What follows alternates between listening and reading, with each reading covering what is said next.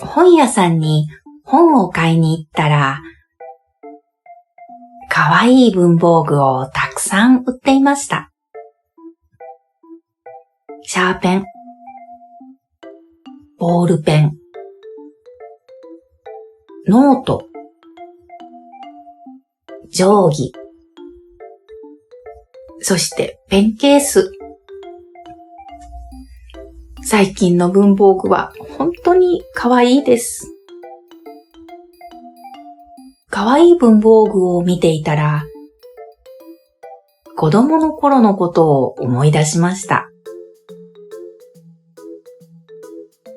子供の頃、筆箱の中をかわいい文房具でいっぱいにするのが私の夢でした。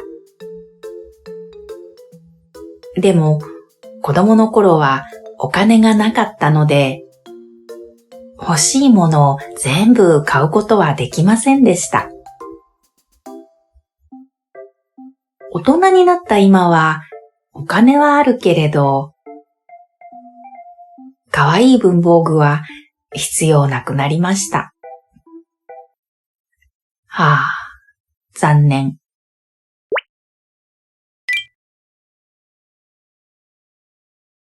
ねえ、はなちゃん。何？ペンケース欲しい？ペンケース？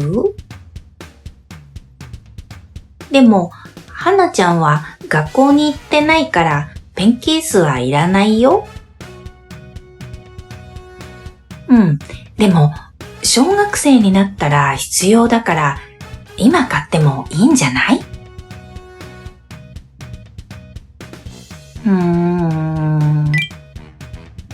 じゃあ買う。好きなの選んでいいよ。どれにする？かわいいのがたくさんあるよね。たくさんあって迷っちゃうね。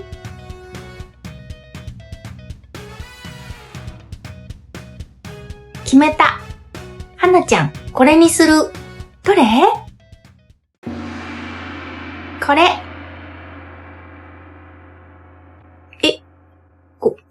これ？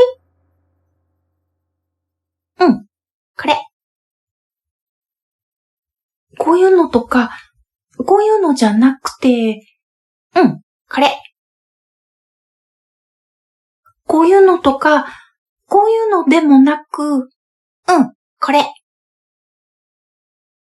こんなのとか、こんなのもあるけど、そう、これ。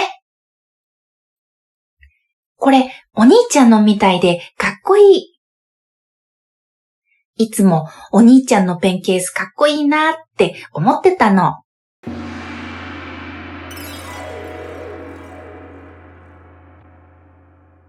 ああ、そうなんだ。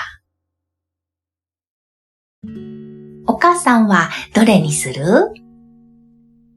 お母さんは買わないよ。どうして？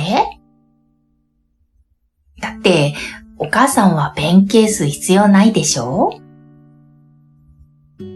でも、学校に行ったら使うから、今買ってもいいんじゃない？あはは。